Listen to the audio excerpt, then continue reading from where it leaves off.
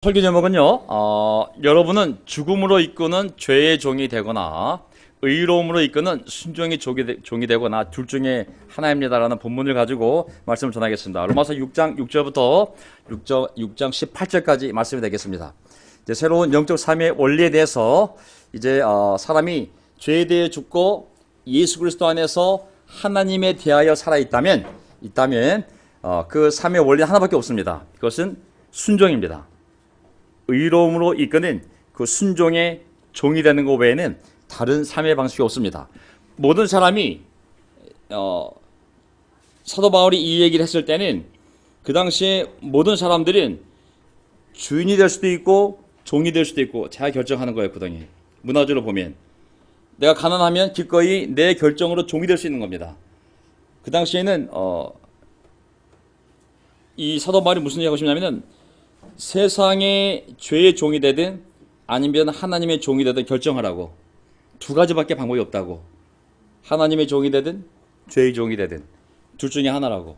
그리스도인은 새로운 영적 삶의 원리로서 의로움으로 이끄는 순종이 되는 길 밖에는 다른 길이 없음을 얘기하고 있는 거거든요. 그래서 오늘 요점을 보게 되면 로마서 6장 6절부터 18절까지 보게 되면 죽은 사람은 세례받을 때 죽은 사람 아닙니까? 우리 모두 다 이미 죄의 세력에서 해방되었습니다라는 겁니다. 죄의 세력은 강력하거든요. 근데 죽은 사람에게는 건드리지도 않아요. 죽었으니까. 세례받을 때 완전히 죽어야 돼. 세례받을 때 세상 꿈이 죽지 않은 사람은 세상 꿈이 살아있기 때문에 계속 마에 건드릴 수 있어요. 그 꿈을. 세상에서 그 탐욕과 욕망을 함께 십자가에 못 박지 않은 사람은 걔 살아있기 때문에 마귀가 건드릴 수 있어요. 하지만 이미 죽은 사람은 죄의 세력에서 해방되었다고 성경은 얘기하고 있습니다. 어떻게 죽을 수 있을까요? 십자가에서 우리가 죽은 것이죠. 예수님과 함께. 언제? 세례받을 때. 아멘. 두 번째 포인트. 자, 이제 죽은 사람이 부활했다면, 영적으로 태어났다면 그리스도 예수 안에서 하나님을 위해서만 살고 있다고 생각해야 합니다. 만약 어떤 사람이 세례받은 것 사실을 생각하고 내가 살아있다면 이 생명은 육적 생명으로서의 생명이 아니라 오직 그리스도 안에서 하나님을 위해서 살고 있다고 생각해야 됩니다. 다시 세상을 위해 살면 안 되는 겁니다. 이 사고방식은 우리가 자녀 양육을 할 때, 그리고 우리가 결혼을 할 때, 또 우리가 직장을 구할 때 모든 삶의 방향성에 있어서 이 구절이 우리 삶에 적용되는 원리입니다. 아멘. 그래서 우리가 찬이가 이제 세례받았고 우리 성인 아들도 세례받고 우리가 서로 이제 얘기하기를 매일 밤에 아이들과 함께 밤에 자기 전에 반드시 큐티를 나누고 그 다음에 같이 생각을 나누고 기도하고 자자고. 그래서 우리가 12일째 하고 있어요. 카운트다운 12일째. 물론 그 전에도 물론 했지만은 더 특별하잖아요. 제자가 됐으니까. 그래서 이제 찬이가 우린 두 구절씩 아빠가 두 구절, 여러분 대신에 정도현 이름 넣고, 엄마가 두 구절, 여러분 대신에 장세영 이름 넣고, 정찬이는 자기 이름 넣고 두 구절. 읽은 것에 대해서 서로 자기 생각을 나누고 그거 가지고 기도하고 잡니다. 굉장히 도움이 되고 있어요. 뭔가 매일 밤에 11시가 됐든 12시가 됐든 항상 하고 자기 때문에 뭔가 이렇게 구심점이 되는 것 같아요. 그래서 찬이가 읽어야 될 구절 순서가 뭐냐면 남편 되니 여러분이었어요. 그래서 아빠 이건 어떻게 해야 될까요? 그래서 건너뛰라고. 성일이가 이제 놀라운 것 같아요. 참 말씀이 놀라운 것 같아요. 아들이 물어봤대요. 내가 왜 공부를 해야 되지? 이 힘든 공부를? 아이들이 그런 질문 던질 수가 있잖아요. 그런데 골로새서 같이 피타고 있으니까 그 말씀 중에 무엇을 하든지 말하든지 행동하든지 무엇을 하든지 주 예수의 이름으로 하라고. 그렇죠? 하나님의 영광을 위하여. 네가 공부하는 거 예수님의 이름으로 하나님의 영광을 위해서 하는 거라고. 얼마나 멋진 대답을 아버지가 아들에게 주었는지 그 구절을 통해서. 어찌든지 간에 우리 삶의 원리는 두 번째 포인트. 예수 안에서 하나님을 위해서만 살아있다고 생각을 해야 되는 거예요. 예수 밖에서 하나님이 아닌 날 위해 살고 있으면 그건 영적 생명이 살고 있는 것이 아니라 육적 생명이 다시 꿈틀거리는 거예요. 옛날의 자아, 옛날의 꿈, 옛날의 정욕, 옛날 스타일. 그건 이미 죽은 사람이 돌아다니는 것밖에 안 되거든요. 세 번째, 자신을 하나님께 바치고 자기 지체를 이 몸 머리끝부터 발끝까지 지체를 의로움의 도구로 하나님께 바치십시오. 이게 바로 영적으로 거듭난 자의 삶의 원리입니다. 자신을 먼저 하나님께 바치고 자기 지체를 의로움의 도구로 하나님께 바치십시오. 이번 주일날 체육대회 하는데 사람들이 많이들 일찍 가셨어요. 그래서 이제 아침에 텐트 치고 이제 거기 고기 굽느라고 숯불하고 그러는데 제가 실수로 그 가스통에서 그 숯을 태우는 게 있는데 그거를 동갑이가 위에서 밸브를 열고 저는 됐는데 밸브를 많이 열었어요. 동갑이가 가스 한꺼번에 확 나오니까 퐁 터진 거예요. 앞에서. 가지고 불이 들어갔다 퐁 터져 나왔어요. 가지고 이 불이 진짜 영화에서 보는 거 불 있죠. 깜짝 놀랐어요. 이거 안면이 나간 줄 알았어요. 안면이. 그래가지고 이게 왜 번제냐? 아, 이거 예배 준비 안 하고 이거 고기 굽는 준비했다가 이거 하나님이 이거 하신 건가? 그래가지고 야, 이거 박장현이가 또 이게 좋아가지고 목사님께도 흰머리만 다 탔습니다 그러더라고요. 그래서 야, 씨, 야, 마 어떻게 흰머리만 타냐? 하여간 어쨌든지 간에 야, 그래가지고 하루 동안 모자 쓰고 다녔거든요. 아무래도 좀 탔어요. 얘가 좀 약간 좀 환해졌는데 안경을 쓰고 있어가지고 다행히도 눈썹 안 탔더라고요. 야, 졸제. 아니 세 번째 포인트 자신을 하나님께 바치고 갑자기 번제가 생각나가지고 졸제 이거 제가 한번 번제 제물이 될 뻔했습니다. 아이고야. 그날 정말 텐트 치고 고기 입고 끝났더니 다들 일찍 가셨더라고요. 로마서 6장 6절. 자, 본문 들어갑니다. 이거 복습하면서 걸쳐 들어가겠습니다. 자, 우리는 압니다. 우리의 옛사람, 올드 셀프. 그분과 함께 십자가에 못 박힘으로써 언제 세례받을 때 예수와 함께 십자가에 못 박히다 하시는 우리 옛사람이 죄의 지배를 받는 몸이 소멸하여 우리가 더 이상 죄의 종노릇을 하지 않게 되었습니다. 잘 보세요. 거꾸로 올라가면 더 이상 죄의 종노릇을 하지 않으려면 죄의 지배를 받는 몸이 소멸돼야 되는 거예요. 그렇죠? 근데 그 몸이 소멸되려면 방법이 하나밖에 없는 거예요. 예수와 함께 십자가에 옛사람이 못 박혀야 되는 거예요. 그렇지 않고는 절대로 죄의 종로에서 벗어날 사람이 아무도 없는 거예요. 아시겠죠? 그래서 우리 옛사람은 세례 때 이 기적이 벌어지면서 죄의 지배를 받는 몸이 소멸하다. 이 소멸하다는 말을 잘 보세요. 소멸. 자, 소멸. 자, 죄의 지배를 받는 몸을 소멸했다고 그랬는데, 자, 설명 보세요. 소멸이란 무능력하게 만드는 것이지 완전히 멸망하여 사라지는 것을 말하지 않는다. 그러니까 우리가 십자가의 믿음으로 예수님과 달려 죽었지만 그렇다고 해서 죄의 지배를 받는 몸이 소멸됐다 할 때 소멸은 완전히 죽었다는 의미가 아니라 무력하게 됐다. 소멸이. 사탄도 예수님에 의해 어떻게 성경 본문에 나와 있냐면 죽음의 세력을 쥐고 있는 자, 곧 악마를 멸하시고 소멸하시고잖아요. 라고 표현되어 있는데 이는 그가 마귀가 무력해진 것을 의미하지 완전히 멸망한 것을 의미하지 않는다는 거예요. 아시겠죠? 무슨 말이냐면 우리의 죄의 몸이 세례받을 때 죽었다 할지라도 그 죄의 몸이 소멸되어서 약해진 것이지 완전히 없어진 게 아니에요. 완전히 없어지는 건 언제예요? 이 세상을 떠날 때에. 육체의 장막을 벗는다고 표현되어 있잖아요. 고린도후서에. 그래서 그 장막을 벗을 때 그 몸이 완전히 사라지는 것이지 육신을 입고 있는 이상 우리는 죄의 지배를 받지 않고 싸울 수 있는 힘이 있지만 유혹은 벗어날 수가 없어요. 아시겠죠? 십자가를 통해서 마귀를 멸하셨지만 마귀가 완전히 소멸돼 죽은 것이 아니잖아요. 그렇죠? 살아 역사하잖아요. 무력해졌지만 역사하고 있거든요. 그래서 우리는 이 두 가지를 항상 염두에 둬야 돼요. 우리 몸이 살아있다는 것, 마귀가 살아있다는 것. 이 두 가지가 연결될 때 우리 안에 욕망을, 통제되지 않는 욕망을 불러일으키면서 죄로 가게 만드는 거거든요. 그래서 우리가 이 육신의 장막을 벗을 때까지는 항상 약할 수밖에 없어요. 자, 보세요. 세례를 받은 후에도 우리의 구원받은 영혼, 이 새 사람이죠. 올드 셀프는 죽었다고 그랬어요. 십자가에 세례 받을 때. 하지만 물속에서 나올 때 중생, 새로운 생명이 태어났어요. 새 사람이. 우리 영혼이 구원받았어요. 자, 하지만 두 가지가 있으면 항상 기억해야 돼요. 첫째는 육신. 옛 사람이 사용하던 몸이 그대로 있잖아요. 있어요, 없어요? 영혼만 세례받았지 이 몸은 구원받은 게 아니잖아요. 이 몸은 물속에 들어왔을 뿐이지 이 몸은 옛날의 죄를 다 기억하고 있거든요. 옛날의 술맛도 짜릿짜릿, 담배 냄새 다 기억하고 있잖아요. 구원받지 못한 몸이 아직 남아있다는 걸 염두에 둬야 돼. 그래서 이 육신을 통해서 역사하는 마귀의 땅을 알아야 돼. 마귀를 소멸시켰다고 했지 완전히 제거된 것이 아니거든요. 언제 제거되냐면 언제 무적행에 들어가냐면 예수님이 재림하셨을 때 그때 그 마귀와 귀신들을 무적행에 가둔다고 그랬잖아요. 마귀가 지금은 이 어두운 세상의 임금이라고 그랬거든요. 그래서 이 마귀가 이 육신이 약하기 때문에 시험하고 유혹하고 욕망을 자극하고 우리 약함 사이에 긴장을 유지하게 만드는 것이죠. 그래서 아무리 영적이라도 두 가지 벗어날 수가 없어요. 우리 육신, 마귀의 유혹. 아시겠죠? 영적이라는 것은 육신과 마귀를 100% 이긴 사람이 영적인 것이 아니라 그 존재를 인정하고 자기 약함을 인정하고 마귀가 있음을 인정하고 연약함을 인정하고 하나님께 의지하려는 사람이 영적인 것이지, 나는 죄에 대해서 자유로워 착각하게 되면 이 제록 같은 목사 나옵니다. 드디어 떴어요. 이제 만민중앙교회 언제 터질까 생각했었는데 드디어 터졌어요. 아이고, 아주 사진 봤더니 그냥 옆에 그냥 여학생들만 짜르르 갖다 놨대. 예, 검사가 이래요. 예.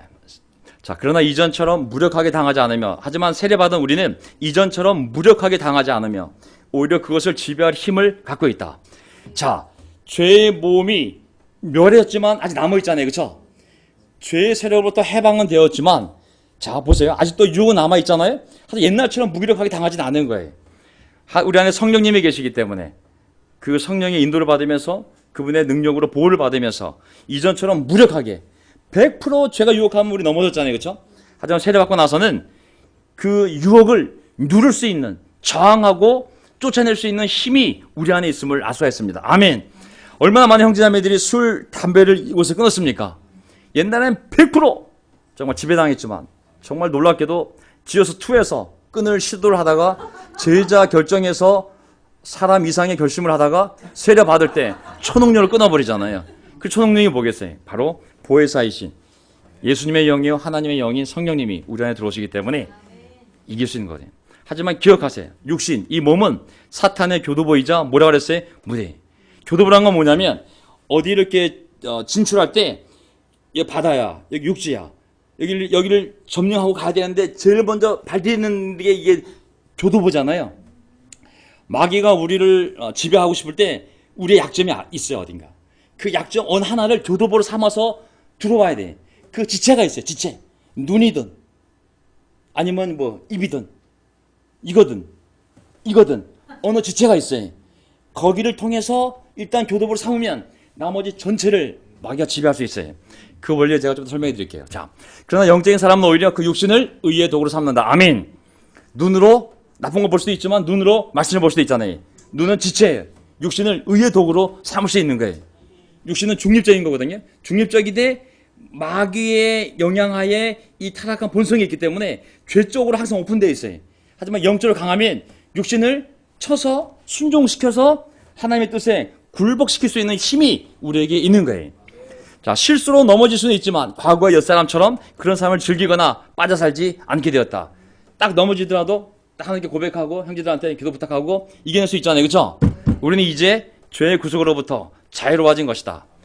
오히려 하나님의 영적 도구로 자신의 육신을 사용하는 자가 된 것이다. 아멘. 옛날에 당구에 미쳐서 막 24시간 당구 쳤다면 이제는 당구를 선교의 방법으로 사용하는 거죠. 내가 정말 이게 좋은 것도 있지만 내가 왜 이거 치고 싶은지 나는 너랑 함께 교제하면서 전달하고 싶어.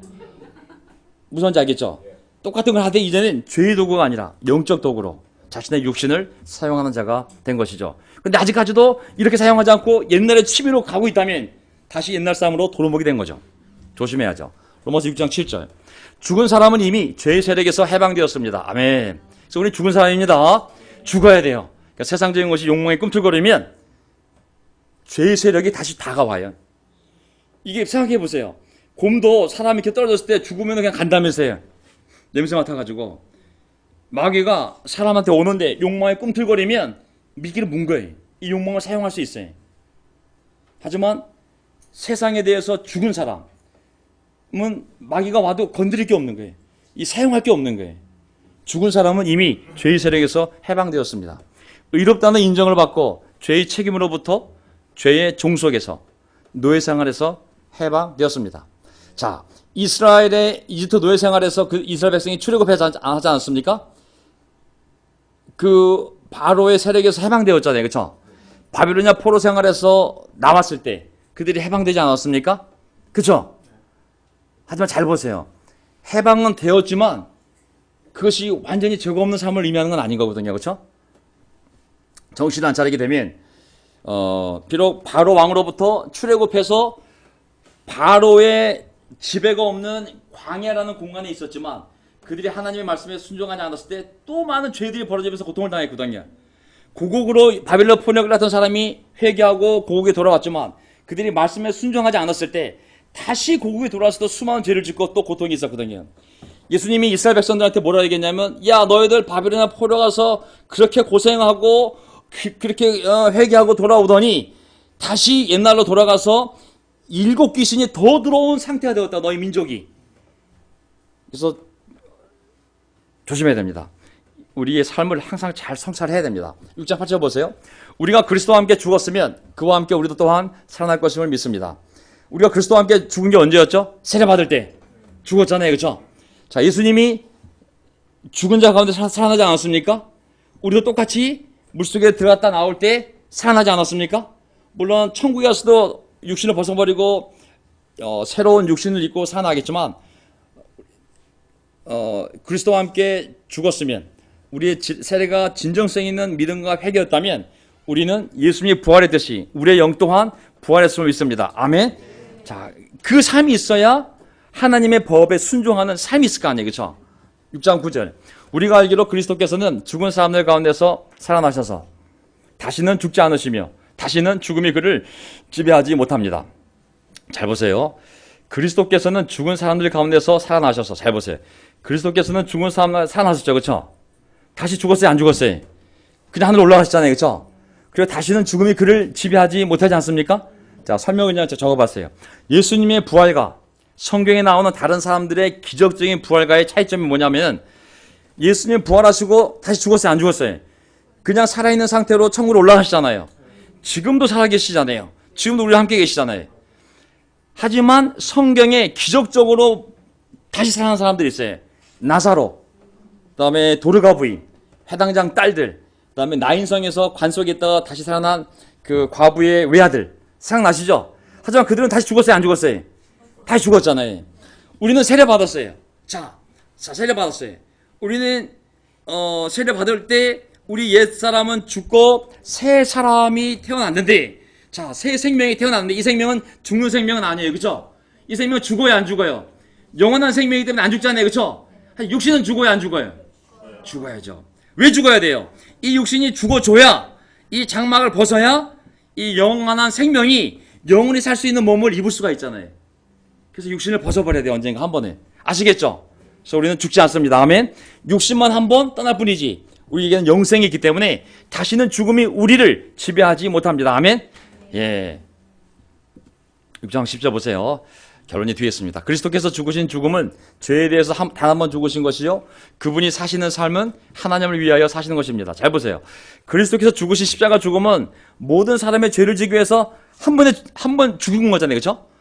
하지만 그분이 사시는 삶은 하나님을 위하여 사시는 삶입니다. 그 부활한 생명은 목적이 하나인 거예요. 하나님을 위해서 부활 생명을 사신 거거든요.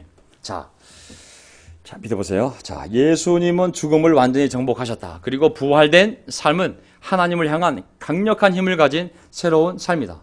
예수님은 이 죽음을 통해서 죄와 죄의 권세를 파괴하셨다. 인간의 생명을 빼앗아오던 그 죄는 이제 예수님의 십자가를 통해서 그 권좌에서 내려오게 되었다.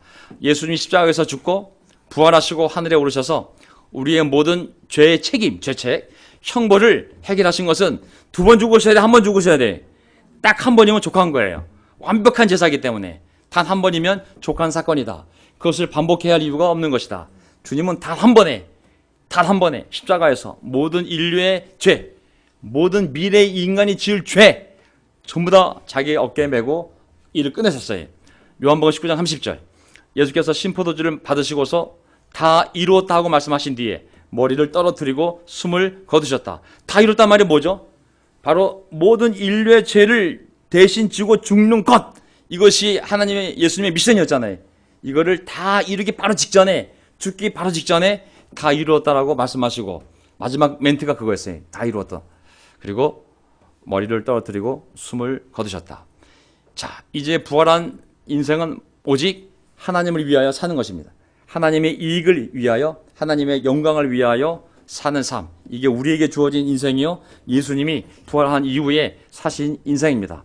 그래서 우리의 삶을 정조준해요. 정조준. 이게 자꾸 우리 삶이 늘어지기 때문에 우리가 무엇을 위해 살고 어디로 가는지를 자꾸 정조준해야 됩니다. 정조준. 6장 11절. 이와 같이 여러분도 죄에 대해서는 죽었지만 그리스도 예수 안에서 하나님을 위해서 살고 있다고 생각해야 합니다. 아시겠죠? 예수님과 똑같다는 거예요. 예수님과 연합하는 세례를 받음으로 말미암아 예수님과 함께 죽고 예수님처럼 우리가 부활했다면 예수님의 부활한 생명은 아버지를 위하여 하나님의 영광을 위하여 오직 하나님께 대하여 살아있는 인생인 것처럼 우리도 세례를 받고 새로운 생명이 태어났다면 이 생명은 다시 옛날의 꿈을 위한 생명이 아니라 아버지를 위하여 아버지의 영광을 위하여 살아가는 오직 그 목적을 위하여 주어진 새로운 인생이라고 얘기하고 있는 거거든요. 그렇기 때문에 그리스도 예수 안에서 하나님을 위해서 살고 있다고 생각해야 합니다. 자, 그리스도인들의 삶, 예수님의 제자들의 삶은 오직 하나님의 유익과 영광을 위해서만 살아있는 것이다. 6장 12절.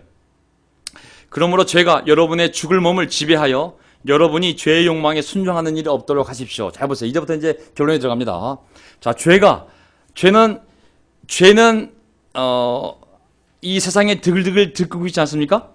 자, 죄가 여러분의 죽을 몸이 어차피 이 몸은 죽지 않겠어요? 이 몸이 죽을 몸이잖아요. 이 죽을 몸을 지배하여 여러분이 죄의 욕망에 순종하는 일이 없도록 하십시오. 잘 보세요. 우리가 정신을 차리지 않으면 다시 이 죄가 인간의 이 육신의 연약함 또 마귀가 있잖아요. 다시 어떤 한 지체를 사용해서 거기에 교두부를 삼고 나머지 온몸을 지배할 수가 있어요.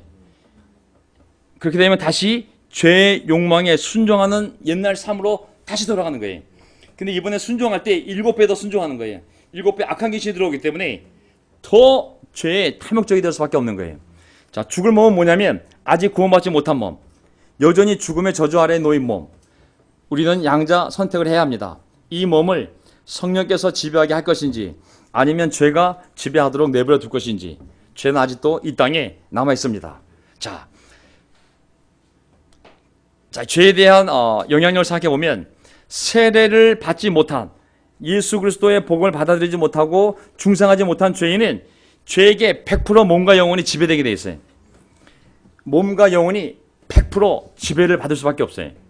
하지만 중생한 그리스도인, 세례를 받고 거듭나서 성령을 선물로 받은 그리스도인은 영혼은 죄의 지배로부터 구원을 받았으나 몸은 아직도 완전히 구원받지 못했어요. 그래서 우리에게 약점이 있습니다. 사람들이 죄를 짓고 넘어질 때 옛날에는 말을 험하게 했어요. 너 개 같은 인생 또 살래? 제일 많은 하시한 표현들이 근데 그건 잘못된 거죠. 사람은 다 넘어질 수밖에 없어요. 예수님 외에는 죄 앉을 사람이 아무도 없어요. 그래서 우리의 다 약점이 있어요. 인간으로서 뭐 인격적인 약점이나 뭐 성장 배경 약점 그런 약점이 아니라 인간이 육신을 입고 있다면 육신에 오는 한계가 있어요. 그렇기 때문에 사람이 넘어지면 격려와 기도가 필요한 거예요. 정죄와 판단이 다시 그대로 자기에게 돌아오게 돼 있어요. 언젠가 자기도 넘어질 수밖에 없는 거거든요. 그래서 자, 마귀는 이 약한 부분을 통해 우리의 영과 싸우고 정복하려고 한다. 잘 보세요. 약한 부분이 있어요. 육신에. 그 공격 수단이 육신의 악한 욕망들이에요. 자, 육신의 악한 욕망들이 악한이라는 말은 매우 강한 욕망.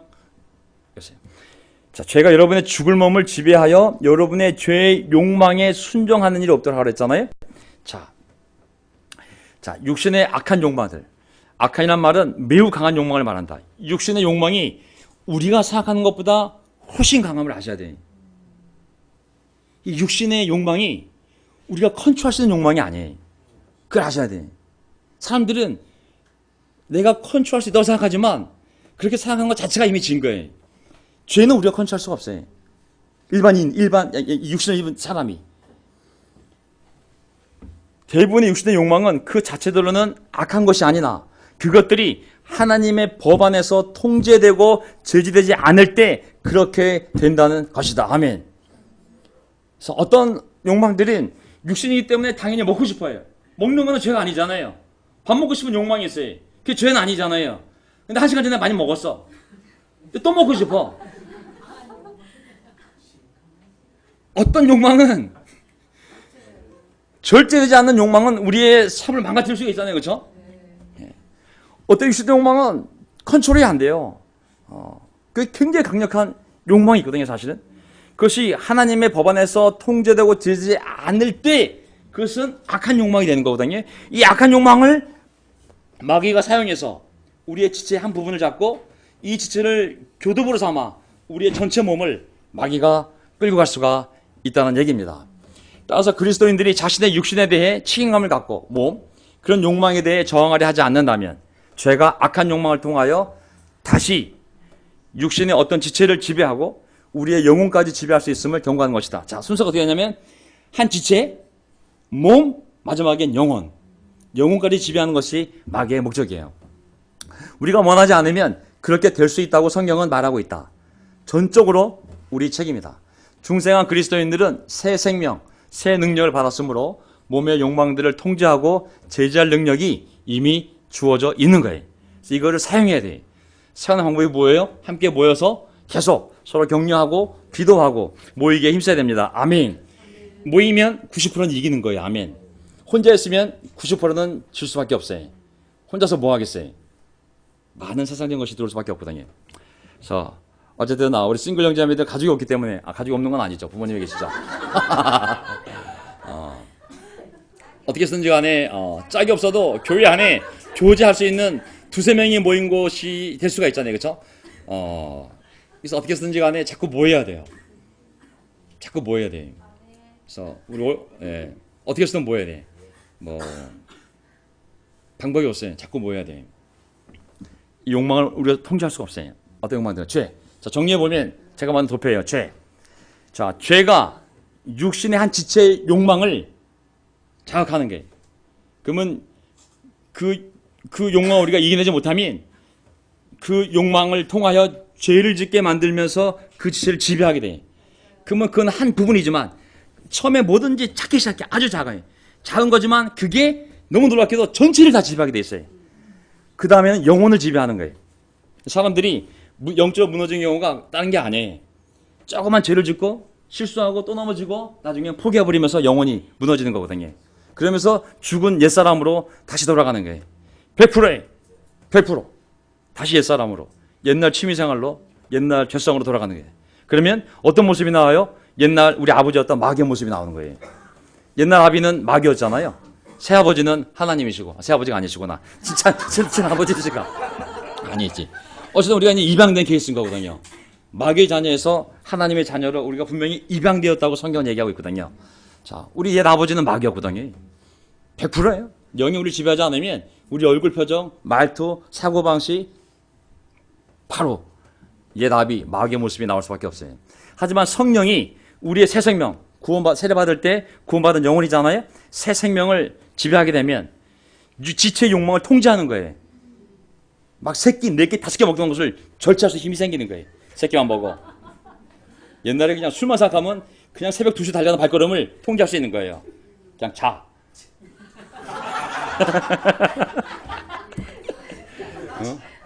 옛날에 막 친구 전화 오면 그냥 술 한잔 하려고 그러면 아이고 그냥 달려는 발걸음을 있어. 그러면 바로 집에 있는 거죠. 욕망을 통제할 수가 있어요. 성령께서. 그래서 그 지체를 지배해야 돼. 발을 못 나가게 지배해야 되는 거예요. 눈을 지배해야 되는 게 성경책을 보도록. 그러면 전체 몸을 지배할 수가 있어요. 내 몸을. 그러면 내 영혼도 지배할 수 있는 거예요.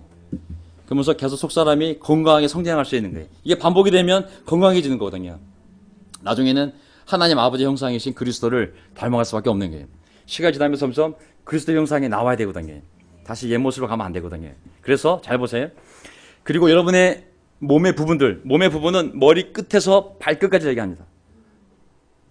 여러분의 몸의 부분, 지체들을 불의의 도구로 죄에 넘기지 마십시오. 제가 어쩔 수 없이 눈 떠보니까 죄를 졌어요. 그거 불가능해요.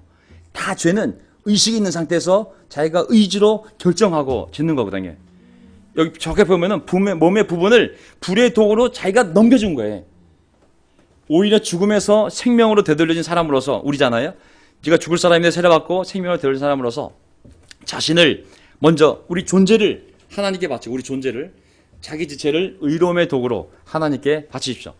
존재 전체를 하나님께 바치고 머리끝에서 발끝까지 모든 지체 이 파트들을 의로움의 도구로 하나님께 바치라고 했습니다. 여기서 죄에 넘기다라는 표현이 뭐냐면 죄가 마음껏 쓰도록 갖다 놓는 걸 얘기하는 거예요. 죄 넘겨준 건 뭐냐면 쓰세요 하고 죄한테 자기 몸의 일부분을 넘겨주는 걸 얘기하는 거거든요. 또 죄를 위해 봉사하는 데 사용되도록 자신의 지체를 제공하는 거예요. 죄를 짓도록 자기 몸의 일부분을 제공해 주는 거예요.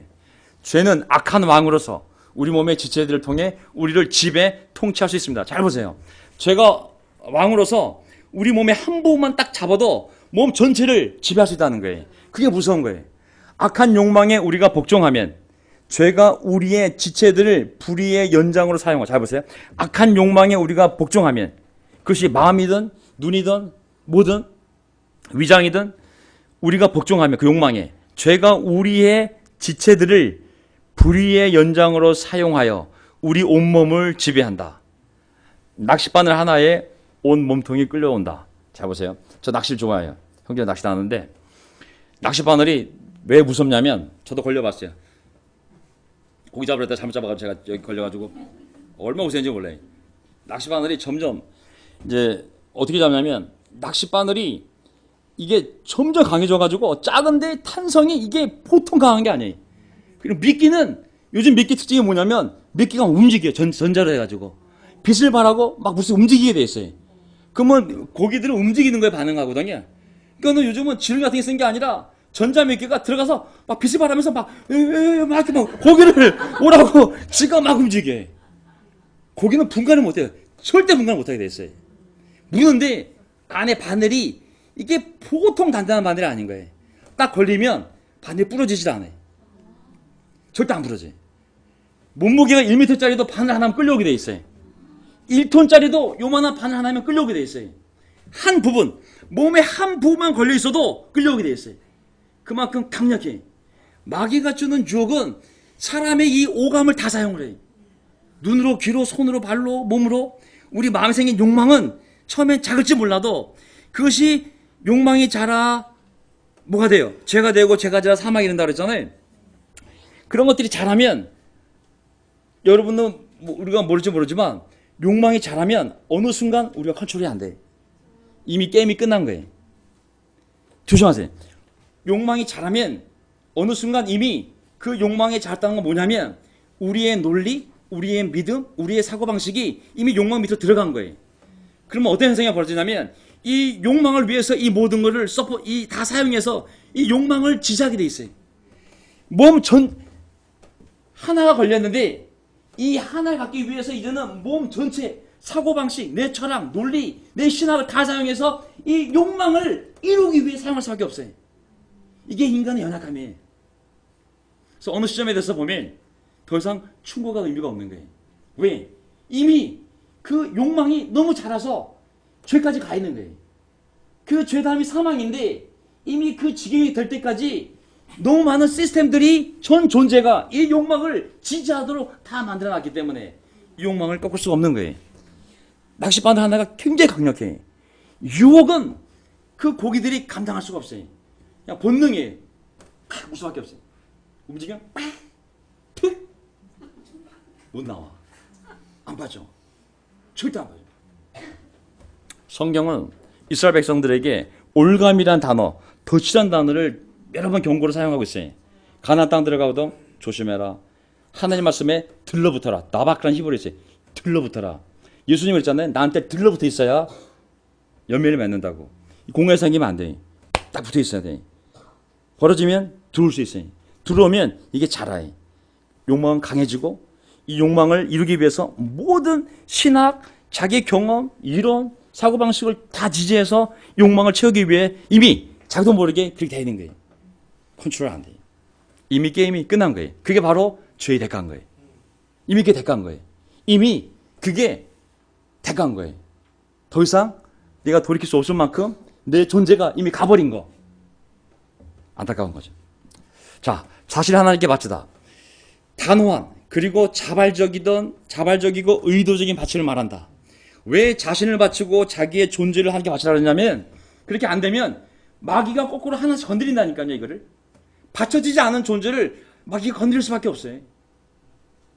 내가 하나님께 바쳐지지 않은 건 마귀가 알아요. 아직 여기는 바쳐지지 않은 파트구나.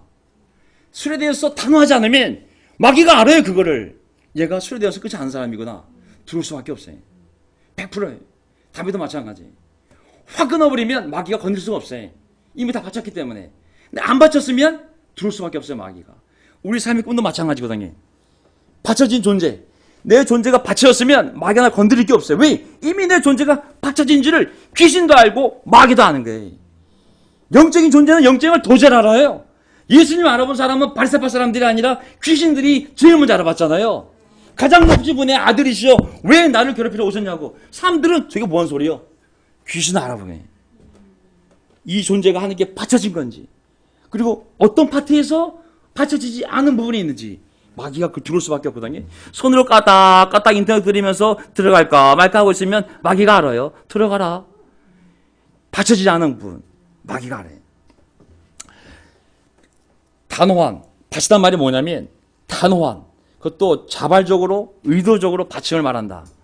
자신을 받치는 건 뭐냐면 영혼을 말하는 거고, 우리의 영혼은 뭐예요?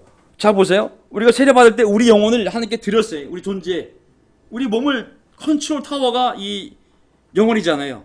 우리가 세례받을 때 예수님 나의 주님입니다, 저 종이에요, 완전히 바치겠습니다 하고 결정하고 바쳤어요. 이제 몸이 남았어요. 이 몸도 하나님께 바치지 않으면 죄가 다시 육신의 욕망을 사용해서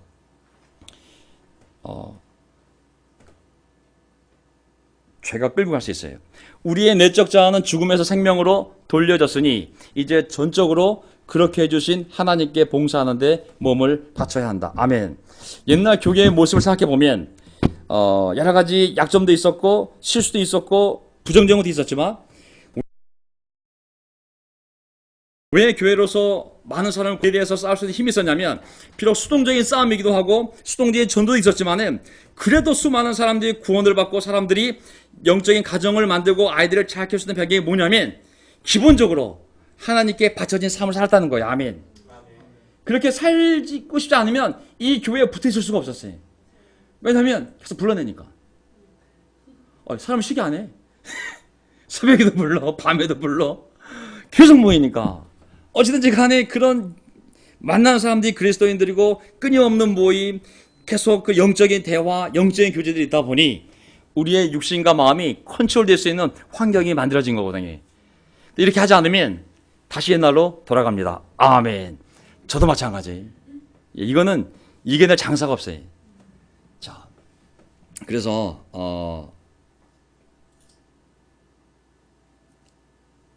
여러분은 율법 아래 있지 않고 은혜 아래 있으므로 제가 여러분을 다sil 수 없을 것입니다. 자, 이거 시각적인 내용이기 때문에 통과하겠습니다. 자, 한 구절 남았어요. 한 구절만 제가 하고 끝내겠습니다. 자, 그러면 어떻게 해야겠습니까? 우리가 율법 아래 있지 않고 은혜 아래 있다고 해서 죄를 지자는 말입니까? 결코 그럴 수 없습니다. 잘 보세요.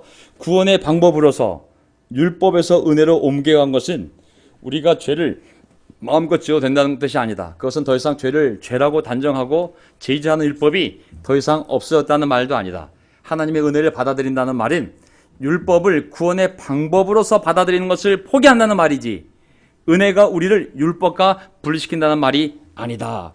무슨 말이냐면, 자, 난 하나님의 은혜로 구원받았어. 율법 필요 없어. 이제 그냥 믿기만 하면 돼. 그냥 믿기만 하면 돼. 하면서 하나님의 구체적인 율법을 무시하게 되면 하나님의 은혜가 헛되질 수가 있어요.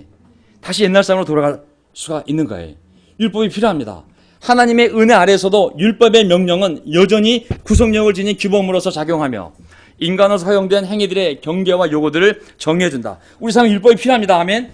율법적인 삶이 문제지 하나님의 말씀으로서의 율법은 필요한 겁니다. 아멘. 뭐에게 힘쓰나? 그러면 그 계명과 율법을 지켜야 돼요. 뭐에게 힘쓰는 율법은 하나님의 은혜 아래 살면서 그 은혜를 지키고 누릴 수 있는 방법으로서의 하나님의 지시이기 때문에 그를 지켜야 됩니다. 저는 그 교회가 이 순종이라는 부분에 있어서 다시 좀 어떤 걸 회복을 해야 돼요. 이거 보세요. 자, 율법을 잘 지키면 천국행 티켓을 받는다고 믿는 구약의 유대인들과 현대인들은 아직도 율법 아래 있는 자들이다. 그러나 자신의 선함이나 의로움보다는 하나님의 약속을 신뢰하고 그럼에도 불구하고 율법을 하나님이 자신들에게 따라 살도록 주신 규범으로 여기고 율법을 지키는 자들은 은혜 아래에 있는 자들이다. 아멘. 하나님의 은혜 아래에 있어도, 은혜로 구원을 받았어도 우리 삶에 필요한 건 율법이에요. 하나님의 명령이 필요하고 지시사항에 순종을 해야 되는 거거든요. 그러나 은혜 아래 있는 자들도 모든 성경에서 명령하는 도덕법과 신약에 기록된 종교적 의무 규정들을 지켜야 할 의무가 있다. 결론이 이겁니다. 이게 제목이었어요. 여러분이 어떤 사람에게 자신을 종으로 넘겨 순종하면 여러분이 순종하는 그 사람의 종이라는 사실을 모릅니까? 여러분은 죽음으로 이끄는 조의 종이 되거나 의로움으로 이끄는 순종의 종이 되거나 하는 것입니다. 딱 두 종류가 있는 거예요. 난 종 안 해. 불가능한 거예요. 죽음으로 이끄는 죄의 종이 될 건지 아니면 의로움으로 이끄는 순종의 종이 될 건지 이 두 가지만 결정해야지 제3의 선택이 없는 거예요. 1세기 로마 제국에서 노예의 삶이란 흔한 것이었다. 대도시에서는 반 정도가 자유인 아니면 종이었다. 그들은 종종 빚을 갚기 위해 자발적으로 종이 되기로 결심하고 종이 되었다. 지금 어색하지만 마치 회사 다니듯이 종이라는 삶이 너무 그 당시엔 자연스러운 삶이었기 때문에 그 당시 문화를 가지고 얘기를 한 거예요. 결정하면 그대로 그 사람의 종이 되는 것이었다. 예수님이 나의 주인이십니다. 거꾸로 뭐예요? 나는 예수님의 종이라는 결정 아니겠습니까? 자, 영적으로도 우리 각자는 자유의지를 가지고 누구의 종이 될지를 자발적으로 결정할 수 있다. 그 결정은 두 가지 중 하나다. 둘 다 선택할 수 없으며 둘 다 포기할 수도 없다. 그 선택은 죄 또는 의에 대한 순종이다. 죄 짓는 삶을 결정하면 바로 죄의 종이 된다. 그 결과는 죽음이다. 의에 이르는 순종이란 하나님의 은혜 아래에서 하나님의 율법, 하나님의 법에 대한 순종을 말한다. 내가 하나님의 종이라는 증거는 바로 순종이다. 내가 하나님의 종이라는 증거는 바로 순종이다. 성경은 우리가 종이됨을 부인하는 것이 아니라 누구의 종이 될지만을 선택할 결정권을 가지고 있을 뿐이라고 말하고 있다. 아멘. 그래서 우리 모두 예수님의 종으로서 17절 하나님께 감사하게도 여러분이 전에는 죄의 종이었지만 우리 모두 죄의 종이었지만 이제는 여러분이 전해받은 가르침의 본에 복음의 온전한 마음으로 순종하게 되었습니다. 우리 모두 그렇게 되지 않았습니까? 예, 18절 여러분은 죄에서 해방되어 의로움의 종이 되어온 것입니다. 아멘. 우리는 죄의 종입니까? 의로움의 종입니까? 우리 세례받을 때 우리는 죄에서 해방되어서 하나님의 능력으로 의로움의 종이 되기로 자발적으로 강요가 아니라 자발적으로 기쁘게 기꺼이 결정을 했고 이제 하나님의 말씀, 하나님의 뜻에 따라 우리의 마음과 행동을 일치시키는 삶을 살기로 종의 삶을 살기로 결정을 한 것입니다. 그렇기 때문에 지금 우리 교회 안에 가장 어려운 문제가 뭐예요? 네? 네. 뭐 가족들 모이면 이거 상관없어요. 결혼이 왜 결혼은 하나님이 준 특권이에요. 명령이에요. 생육하고 번성하고 충만하고 전복하려면 결혼해야 되는 거예요. 하나님의 창조 질서고 하나님이 준 본성이 본능이 하나님이 세운 제도예요. 가정과 교회는. 근데 조건이 있어요. 주 안에서 그리스도 안에서. 결혼은 하나님의 명령이요 특권인데 주 안에서 하라고. 주 밖에서는 똑같은 결혼이지만 그것은 의로움의 종으로서의 선택이 아니기 때문에 많은 자매들이 주 안에서란 그 율법, 그 계명, 그 한 구절에 묶여서 그 믿음으로 우리가 기도하며 하나님의 그 기적을 베풀기를 믿고 싸우고 있는 거예요. 저는 이제 명동에 나왔지만은 명동에 나와서 뭐 결혼부 폭발시키고 장년부 폭발시키고 뭐 팀 폭발시키고 뭐 그런 계획은 없어요. 사실은 저도 교회가 혼란스러웠을 때 어려웠을 때 어떻게 해서든 새로운 모멘텀을 만들어서 다시 싱글 남자들을 전도하고 구원해야 한다는 확신으로 나왔어요. 지금도 그 확신에는 변함이 없어요. 어려움을 느끼고 있지만 그래도 그 방향성이 바뀐 건 없어요. 왜 결혼박을 싱글하고 묶으려고 했는지 끊임없이 결혼박 싱글 묶으려는 이유, 또 결혼부 형제들을 계속 지역적으로 모이게 한 이유. 월요일날도 우리 영등포에서 만났어요. 타임스퀘어. 거기에 누가 한 명 데려오면 바보책이 된다고 얘기했어요. 그렇죠? 4호선 어저께 화요일날 어디서 만났어요? 위례 잠시에서 만났어요. 5명 형제가 모여서 큐티도 나누고 기도하고 식사하고 스포츠 활동도 했어요. 왜? 그게 되면 누구든 데려오면 되는 거니까 거기에. 우리가 뭐 금요일 어디서 만나요? 우리 호진이 성균관대학교에서 5명이 만나서 큐티를 나누고 모이고 있어요. 왜 하고 있어요? 거기에 누가 오면 바로 바uti될 수 있는 거거든. 누가 왔을 때 모이면 이미 늦은 거예요. 모일 수가 없어요. 모이는데 데려오면 시작할 수가 있는 거예요. 우리는 자발적으로 기쁘게 이 일을 해나갈 때 하나님이 우리 삶에 필요한 모든 것을 공급하시며 동시에 우리가 듣도 보도 못했던 놀라운 기적들을 우리 삶에 하시지 않겠습니까? 전 그 믿음으로 살고 있고 그 믿음이 없다면 의미가 없잖아요. 무엇을 바라며 제가 월급 받으면서 여기 있겠어요? 뭐 정년 퇴임할 때까지 월급 받으려고 제가 여기 있겠어요? 아니면 목사 소리 들으면서 설교나 하려고 제가 있겠어요? 믿음이 있고 꿈이 있고 싸워야 할 대상이 있기 때문에 저는 그 확신으로 오늘도 살고 내일도 살 거고 하나님 무엇 사실 지켜보고 있어요. 포기하지 말고 계속 싸워야 돼.